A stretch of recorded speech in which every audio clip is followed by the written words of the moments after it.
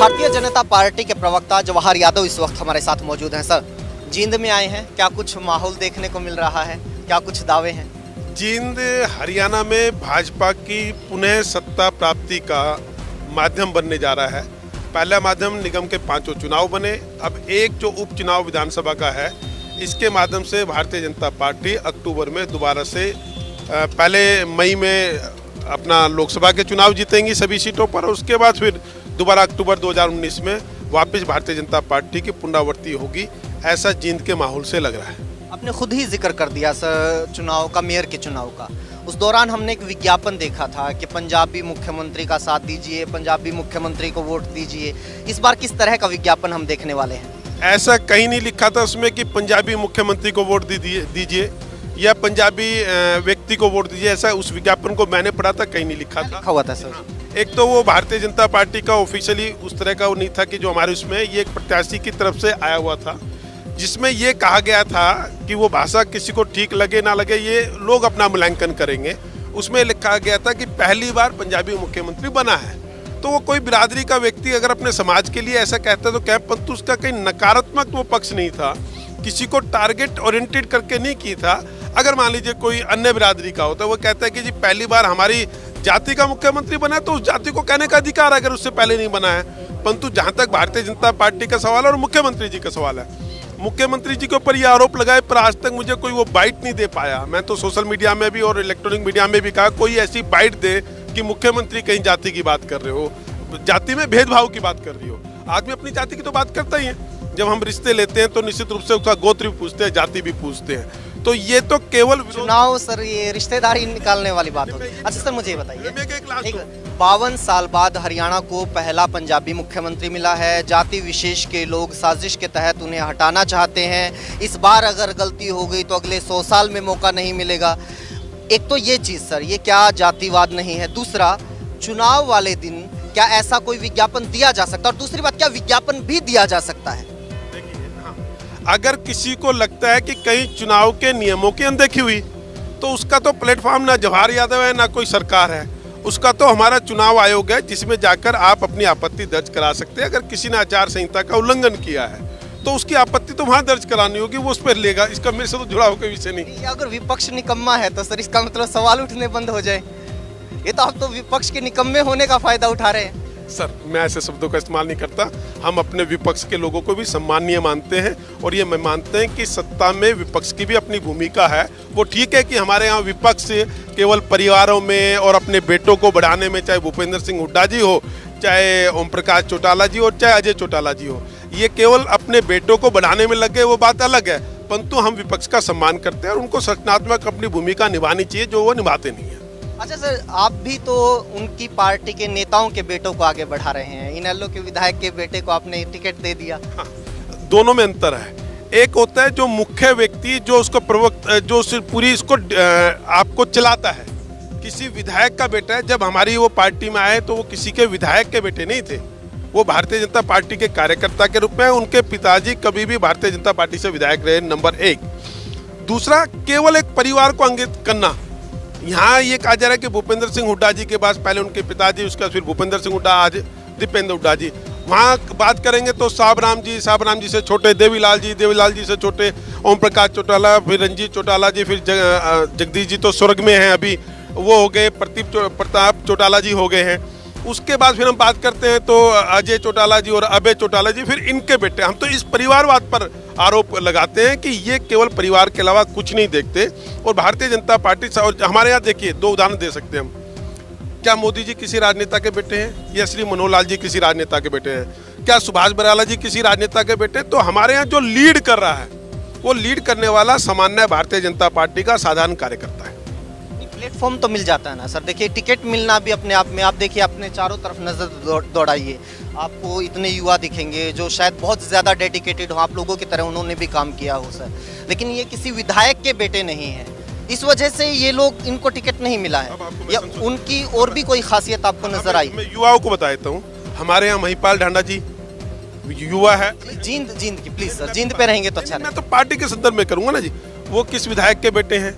हमारे यहाँ पवन सैनी जी किस विधायक के बेटे हैं? हमारे यहाँ नायब से, मैं युवाओं की बात कर रहा हूँ, नायब सैनी जी किस विधायक के बेटे हैं, असीम गोयल जी किस विधायक के बेटे हैं। तो ऐसी ये लिस्ट तो उनके पास भी, कांग्रेस वाले भी बहुत सारे ऐसे लोगों को गिनवा देंगे सर। जींद में जिनको आपने टिकट दिया है, एक पूर्व विधायक के बेटे होने के अलावा क्या खास लगा? मैंने ये कहा कि एक तो उनके पिताजी हमारे यहाँ भारतीय जनता पार्टी के विधायक नहीं रहे, दूसरा जब तक वो स्वर्ग नहीं सिधारे थे तो हमने तो उनको एज ए विधायक जो देखा है वो विपक्ष के नेता के रूप में देखा है।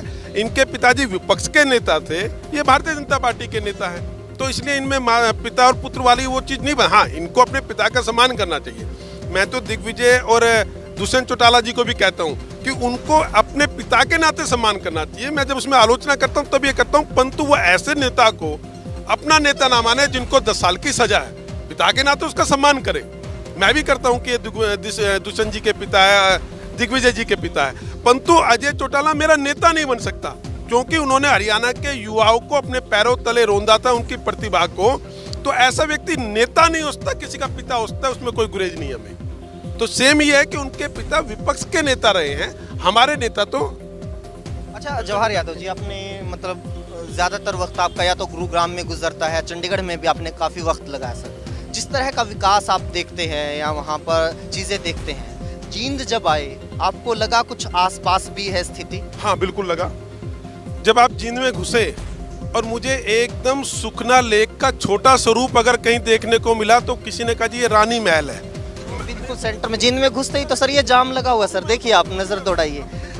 मुझे क्या फर्क नजर आया जब मैं यहाँ आया तो मैंने कहा अरे रानी महल, तो मुझे ध्यान में आया कि मेरे कुछ साथी यहाँ का जिक्र करते थे रानी महल का, जो कि बेसहारा पशुओं के रुकने का एक केंद्र होता था। आज वहाँ नौकायान हो रहा है, ये भारतीय जनता पार्टी की बात है।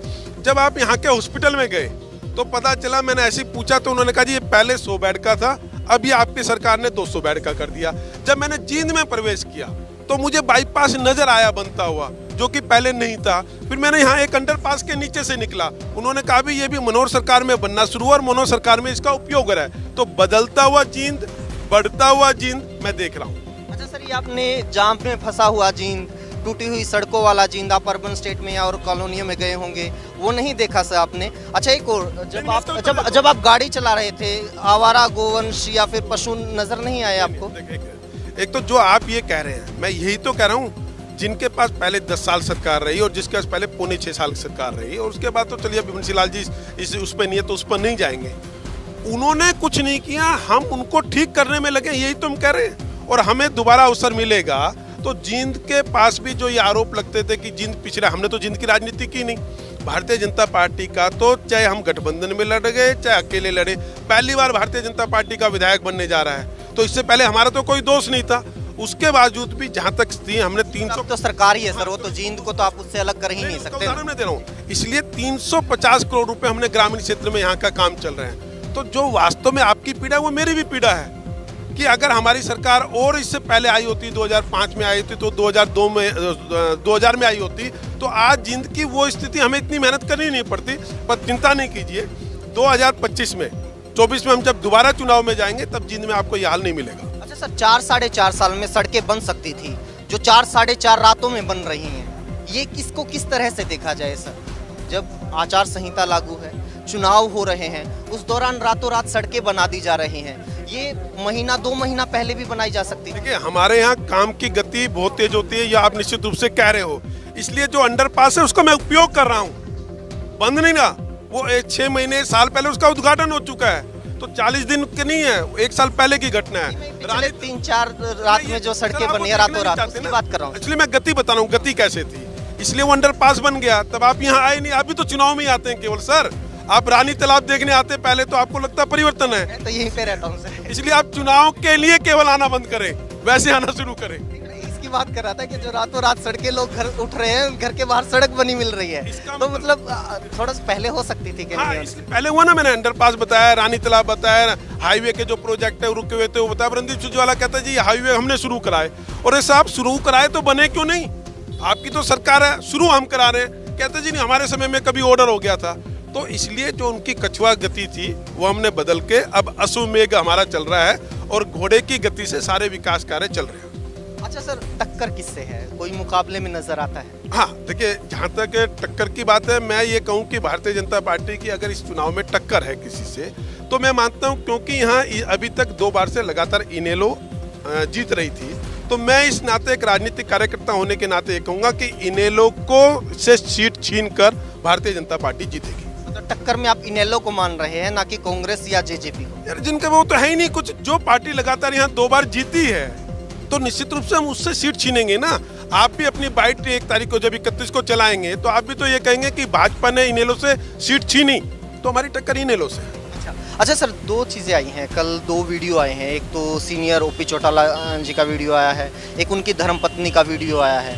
उस पर टिप्पणी बीजेपी किस तरह से देखती है? देखिए, जहाँ तक ओम प्रकाश चौटाला जी का विषय मैं ये मान लेता हूँ, ओम प्रकाश चौटाला जी तो एक राजनीतिक व्यक्ति है, इसलिए मैं उन पर टिप्पणी नहीं करूँगा उनकी परंतु जिस तरह से उनकी धर्मपत्नी का वीडियो मैंने देखा और मैंने अपने पेज पर वो शेयर भी किया, निश्चित रूप से आंखों से आंसू निकालने वाला वीडियो है कि एक व्यक्ति राजनीतिक महत्वाकांक्षा के लिए वो लेडी रो रही है और यहाँ तक कह रही है कि ये लोग मेरी अर्थी पर भी ना आए, ये लोग मेरा चेहरा भी ना देखे। तो अंदर के जख्म जो वो नहीं निकाल पाई कैमरे की मर्यादा को ध्यान में रखते, वो कितने गहरे होंगे कि एक अगर दादी ये कह रही है कि मेरा बेटा पोता मेरी अर्थी के पास भी ना आए, तो जख्म बहुत गहरे हैं। कितने गहरे हैं वो जिन्होंने दिए हैं वो बता सकते हैं, या जिन्होंने महसूस किए हैं वो बता सकते हैं। आज अगर मुझे मेरे पिता ये कहे कि राजनीति छोड़ दो, मैं 1 मिनट राजनीति छोड़ने में लगाऊंगा। हाँ, इस विचारधारा में हम पले बड़े हैं, विचारधारा के लिए और जगह से काम करते रहेंगे। केवल यही है क्योंकि हम सामाजिक परिवर्तन के लिए आए हैं, परंतु अपने पिता को कष्ट देकर, अपनी माँ को तकलीफ देकर, अपने दादा दादी को तकलीफ देकर कम से कम मैं तो राजनीति नहीं करूंगा। बहुत बहुत शुक्रिया हमसे बातचीत करने के लिए। जवाहर यादव, दावा यही कि कोई टक्कर में नहीं है, टक्कर में है तो इंडियन नेशनल लोकदल जिसकी ये सीट थी।